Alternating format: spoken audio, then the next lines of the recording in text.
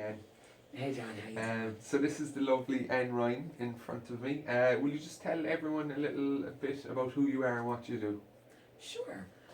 My name's Ann Ryan, the Unit Director of Resources for Human Development Fast Connections Program. So I oversee some programs for Resources for Human Development working with families and singles who are experiencing homelessness. Okay, so just a quick question before we kind of move on to about all of what you do and stuff. Have you ever met a child yet who's told you when they grow up they want to experience homelessness? Never, never. But I've met plenty of children who are experiencing homelessness Yeah. and parents. And like the work you're doing, so I've had the pleasure of kind of seeing your project and seeing the lives that you touch. It's impacting so many people and it's changing people's lives. But can you just maybe tell a little bit about that, about like what you do, like what exactly happens? Absolutely. So I have a very large, dedicated team of staff who work in shelters. We work out of 17 family and single shelters throughout the city of Philadelphia. And we work with individuals who have a mental illness and who are experiencing homelessness. We work with folks on a multitude of things in order to help them get out of being homeless, Yeah. as well as begin a recovery. We work from a recovery model, and we work with them every step of the way. We'll get them into treatment. If they need photo ID, we'll help get them photo ID. We work with a lot of systems, the Department of Behavioral Health, with the city, the Office of Supportive Housing, with CBH, which is Community Behavioral Health, and we work with a lot of systems in helping individuals and families get out of the homelessness and to begin the recovery journey from their mental illness. So I've never, I don't think in my travels or in my life, met such an incredible group of people who are so dedicated to doing what you're doing. I mean, it's phenomenal, and it really, really is. I said this yesterday, and I'll say it to everyone who listened to me. I mean, you're absolutely incredible, but like the job you have is one of the toughest in the world. Like you're dealing with people like who are, like you said, experiencing homelessness. I mean, it could be someone's mother, it could be someone's brother, it could be your son. I mean, it can happen absolutely any one of us. Absolutely. So like sometimes people look at people experiencing homelessness like as kind of invisible people, or you know, people who, you know, they deserve to be where they are, and you know, like what would you say about like the people, the actual people that you work with? What would you say about them? Like what's their story? What's, you know, why do you help them? Why do you care so much about these people? Because they're human beings, Yeah. because they're someone's mother, father, sister, brother, friend, because they're human beings. Yeah. And I think that no one wants to be homeless. I don't believe that. So I like to hear their story, help them grow from their story, utilize their strengths and their courage in order to help them lead a more productive, fulfilling life. Yeah. What would you say are some of the things that people could do maybe if they're touched by what you do? Like what would you say maybe they could do to help you guys? Like what are you most in need of? It's a tough question, John. Sorry. It's all right. Sounds like an easy question, but it's a really tough question. And there's a multitude of things. I think that there's a lack of resources. I think that what you do with your career in spreading kindness is one thing that is much needed in the world. I think lack of resources, making sure that the staff are taken care of through self-care and self-kindness are some of the main things that are needed. Things that I believe are needed with the individuals that we service, some common things. Socks are a great asset to someone who's experiencing homelessness on the street. clean underwear, toothbrushes, toothpaste, just the basic essentials and toiletries. So how the average person, so I could answer it in an overwhelming way, Yeah. in like, we need money, we need resources. But I think what the average person can do is give a smile, Yeah. treat a person with respect and dignity.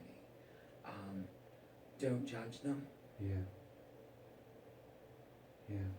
So just give them a cup of coffee, a sandwich, a smile, a kind word. Listen to them. yeah. Listen to them because they all have a story. Everyone has a story. Everyone has a story. So I think maybe anyone who is watching this video, maybe I can get some address details, but if anyone would like to, I challenge everyone who sees this video to just send one pair of socks, or one of the things that Anne mentioned. So we'll get an address, and if you want to send that here, like, that would be incredible. And it would be a simple gesture, so just one pair of socks. That's the challenge I make to all of you, to just do that.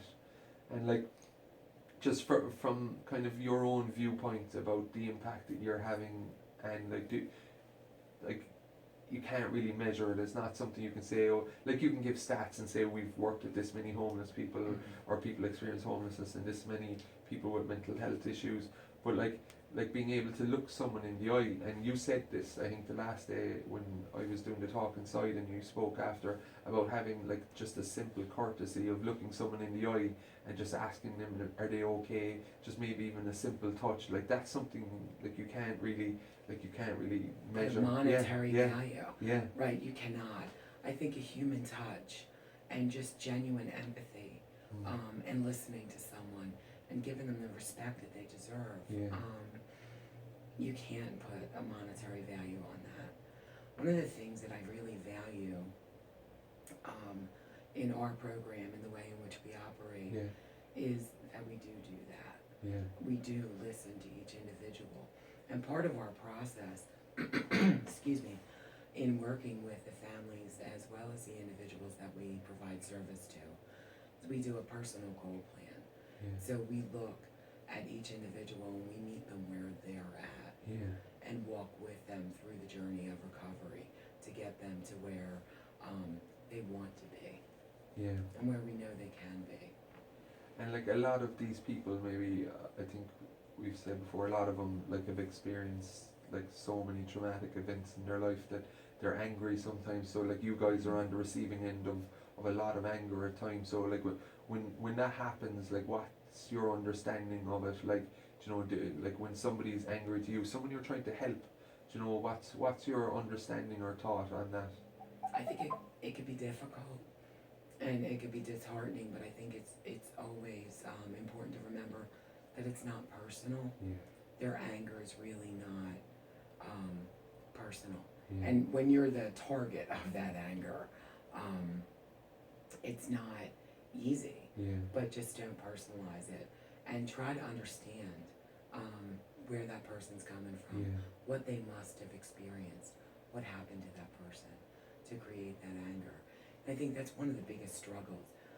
But if you really sit back and think about it, someone who is behaving in an angry way or an undesirable way are really the folks that need you the most. Yeah.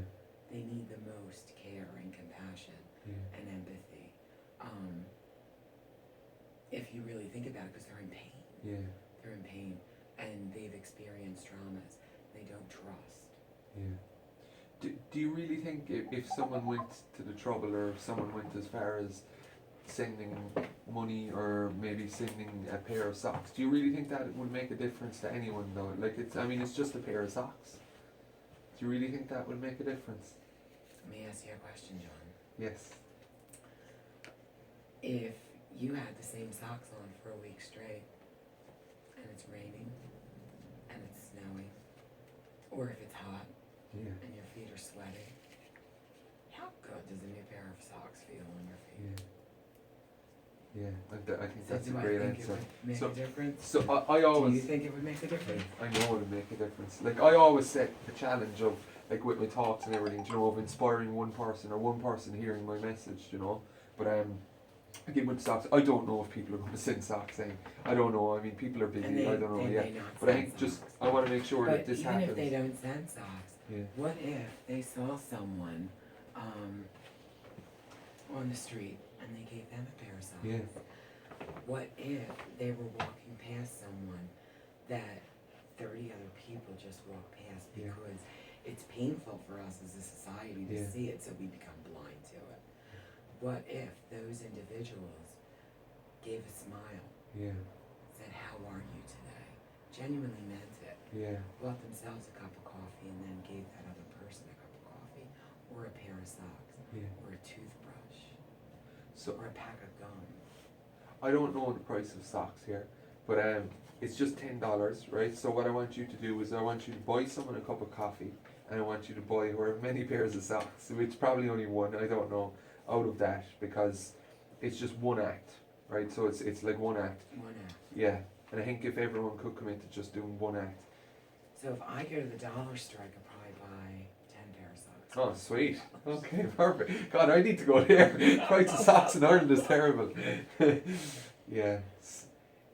Is there anything else though, and that you think needs to be said? I mean, it's like it's a story that's not told. Like the work that you do and the people whose lives that you touch, it's a story that's not told, but a story that needs to be told. People don't know. Like, you know, unless you've experienced homelessness yourself, you've no idea. And I Right. imagine it's one of the most traumatic things that anyone in the world can ever go through. Absolutely. And like you guys deal with families, young kids, like women, men, like everyone. Right. So like is there anything maybe that you'd like to add to that before we kind of maybe finish up? I'm trying to think.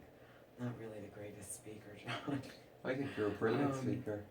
You're and actually just I think it's important to say, like, I know I said this to you yesterday and you're probably going to kill me, but like you're one of the most amazing leaders I've ever in my life met. Like you've a staff of how many you know, is it 30 or 40 people? 46, Yeah. maybe. And like every single one of them have said to me about how amazing you are and how you inspire them to be as great as they are at their jobs. So I think that's absolutely phenomenal and really, like, I mean, I love you to bits. I think you know that by now anyway. Thank you. But so I'm sorry to put you on the spot a little bit. So I think you're an amazing leader, and I think you're a brilliant speaker too, by the way. Thank you. So is there anything that you'd like to maybe add? I love my job. I love my Yeah. career choice. It's my desire to just retire from this program. I love it that Yeah. much. I think that we have an amazing bunch of staff, and it thrills me that we're able to continue to work with folks once they leave the shelter, Yeah. to stabilize them in the community, Yeah. to reduce the recidivism, to help assure to the best of our ability that they have the tools that they need, Yeah. the knowledge that they need, the resources that they need to not re-experience homelessness. Okay. Thank you, Anne. Thank you, John. I think we'll wrap it up there. So thanks very much. That was great. You're welcome. You happy with how it went? Absolutely. Okay.